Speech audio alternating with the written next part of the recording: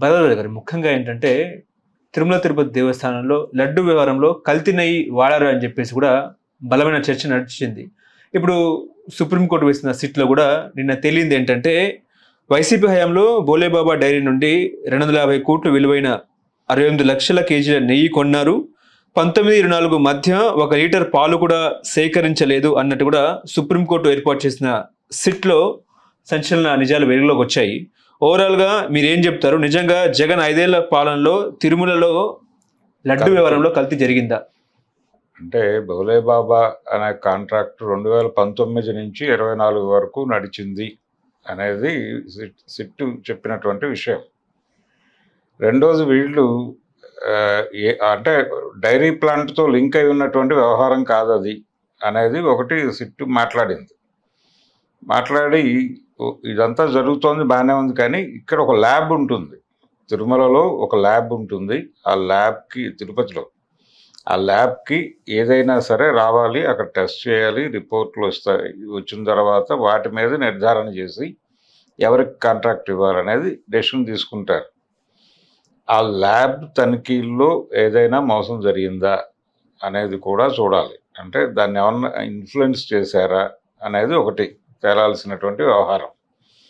రెండోది, ఇక్కడ ఒరిజినల్గా వచ్చినటువంటి ఆరోపణ ఏంటంటే యానిమల్ ఫ్యాట్ కలిసింది అనేది ప్రధానమైన ఆరోపణ ఇక్కడ. ఇప్పుడు కొత్తగా సిట్ మాట్లాడుతున్న విషయం ఏంటంటే యానిమల్ ఫ్యాట్ కాదు, ఇది కెమికల్ క్రియేషన్ అనేది మాట్లాడుతున్నారు.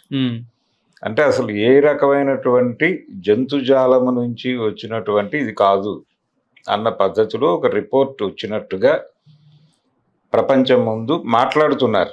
ఈ నివేదిక ఇంకా అధికారికంగా ప్రపంచం దృష్టికి రాలేదు, కానీ దాని మీద రకరకాల వార్తలు అయితే చలామణిలోకి వచ్చేసినాయి. టార్గెట్ చేసి మాట్లాడుతున్నారు. ఐవి సుబ్బారెడ్డి ఆల్మోస్ట్ ఆయనే అంతిమ లబ్ధిదారుడు అన్న టోన్లో అనేక ఛానల్స్ వార్తల్ని వండి ప్రపంచం ముందు వారుస్తున్నటువంటి పరిస్థితి అయితే కనిపిస్తోంది. చాలా అంటే ఇప్పుడు టోటల్గా మీడియా కంట్రోల్డ్ బై, ఇప్పుడు ఎవరైతే అక్కడ అధికారంలో ఉన్నారో ఎన్డీఏ ప్రభుత్వమే ఉంది అక్కడ. ఏపీలో అధికారంలో ఉన్నటువంటి ఎన్డీఏ ప్రభుత్వం చాలా స్పష్టంగా దీన్ని వినియోగించుకోవాలని అప్పటి నుంచి ప్రయత్నం చేస్తోంది. ఎప్పుడైతే ఈ ఆరోపణ రైజ్ అయిందో పవన్ కళ్యాణ్ గారు అక్కడికి వెళ్ళి ఒక దీక్ష చేయటం కూడా చూసాం మనం. దీక్ష చేయటం మాత్రమే కాదు, ఆయన ఇక్కడ అంటే ఒక రకంగా ప్రాయశ్చిత్త దీక్ష అని ఒక కొత్త కాన్సెప్ట్ని ఎమర్జ్ చేశాడు ఆయన. ప్రాయశ్చిత్తం ఎవరు చేసుకోవాలి? ఎవరైతే తప్పు చేశారో వాళ్ళు ప్రాయశ్చిత్తం చేసుకోవాలి. ఈయన మొత్తం తెలుగువారు అందరి తరఫున దేవుడికి ఆయనే ప్రాయశ్చిత్తం చేసేసుకుని ప్రాయశ్చిత్త దీక్ష చేశాను అని చెప్పేసాడు, అయిపోయింది. ఇది అంత 500 కోట్ల పైన స్కామ్ అనేది ఇప్పుడు ఎస్టాబ్లిష్ అయినటువంటి వార్త బయటికి సర్క్యులేషన్లో ఉన్నది. అయితే దీనికి సంబంధించి సిట్టు తాలూకా నివేదిక, దాని మీద కోర్టు నిర్ణయం ఏమిటి అనేది రావాల్సి ఉంది. అది వచ్చినప్పుడు ఆ నివేదిక పబ్లిక్ డొమైన్లోకి వచ్చేసినప్పుడు ఆ నివేదిక మీద కూడా ఛాలెంజ్ చేసేటువంటి అవకాశం ఉంటుంది. ఇప్పుడు ఆ ల్యాబ్నే వాళ్ళు ఇన్ఫ్లుయెన్స్ చేశారు అని కనుక అనేటట్లయితే ఈ సిట్ తాలూకా నివేదికను కూడా ఇన్ఫ్లుయెన్స్ చేశారు అని అనుకోవడానికి అవకాశాలు ఉంటాయి కదా న్యాచురల్గానే. అసలు ఏం జరిగింది నిజంగానే ఈ భోలేబాబా అనేటువంటి కార్ఖానా, ఇప్పుడు వాళ్ళు రియాక్ట్ అవుతారు. వాళ్ళు రియాక్ట్ అయ్యి దీనికి ఏ రకమైనటువంటి లింకులు లేవు ఏ డైరీతోనూ, వీళ్ళు ఎక్కడి నుంచి ఈ నెయ్యి పుట్టించారు, ఈ నెయ్యి అంటే మనం మామూలుగా నెయ్యి ఎక్కడి నుంచి తీస్తాం? పాల నుంచి వచ్చేటువంటి ఒక బై ప్రోడక్టే నెయ్యి. అసలు పాలే లేవు అక్కడ అనేది ఇప్పుడు వీళ్ళు మాట్లాడుతున్నటువంటి పరిస్థితి. దీనిలో ఉన్న నిజాలు ఏమిటి అనేది ఇంకా తేలాల్సి ఉంది.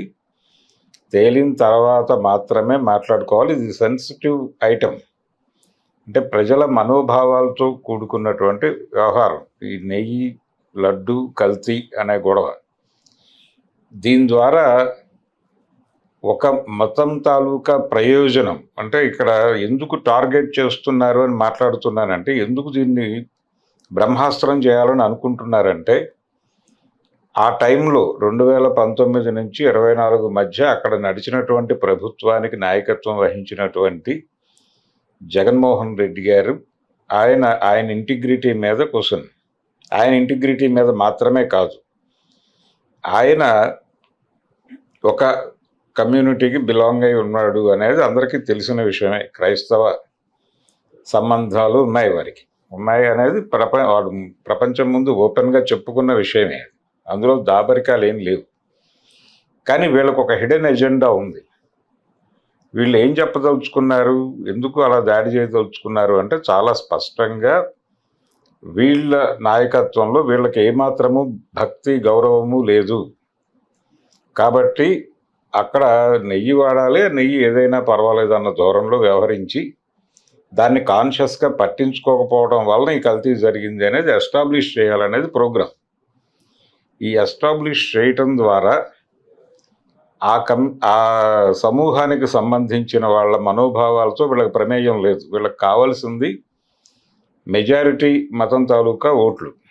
ఆ ఓట్లు తమ వైపు నిలబడతాయి అనే కాన్ఫిడెన్స్తో మైనారిటీలు హర్ట్ అయినప్పటికీ వాళ్ళు తమ సత్యశీలతని ప్రూవ్ చేసుకోవడానికి మరింత అగ్రెసివ్గా తమ కోసం పనిచేస్తారని కూడా నమ్ముతున్నారు. అలా 2 రకాల ప్రయోజనాలు నెరవేరుతాయి. కాబట్టి ఈ నెయ్యి కల్తీ అనే వ్యవహారాన్ని ఎంత వీలైతే అంత రైజ్ చేసి దానికి మంట రాజేసేటువంటి ప్రయత్నం చేస్తున్నారు. ఎన్డీఏ ప్రభుత్వం నుంచి కాన్షియస్గా జరుగుతున్న ప్రోగ్రాం ఇది. అందులో భాగంగానే ఇప్పుడు ఈ సిట్టు నివేదిక అనే పేరుతో రకరకాల వార్తలు వండి ఆ రోజుల్లో జరిగిందంతా దుర్మార్గమే. తిరుమలంతా చాలా దారుణాలు జరిగిపోయినాయి, భగవంతుడికి ఘోరమైన అపచారం జరిగింది, అందుకే ఆయన ఎన్నికల ఫలితాలను అలా తయారు చేశాడని చెప్పి దాన్ని కూడా వెంకటేశ్వర స్వామి ఖాతాలో వేసేదాకా ఈ వ్యవహారాన్ని నడిపేంత సమర్థకులు ఉన్నారు, అక్కడ ఉన్నారు. ఆల్రెడీ ఆ ప్రోగ్రాం నడుస్తోంది.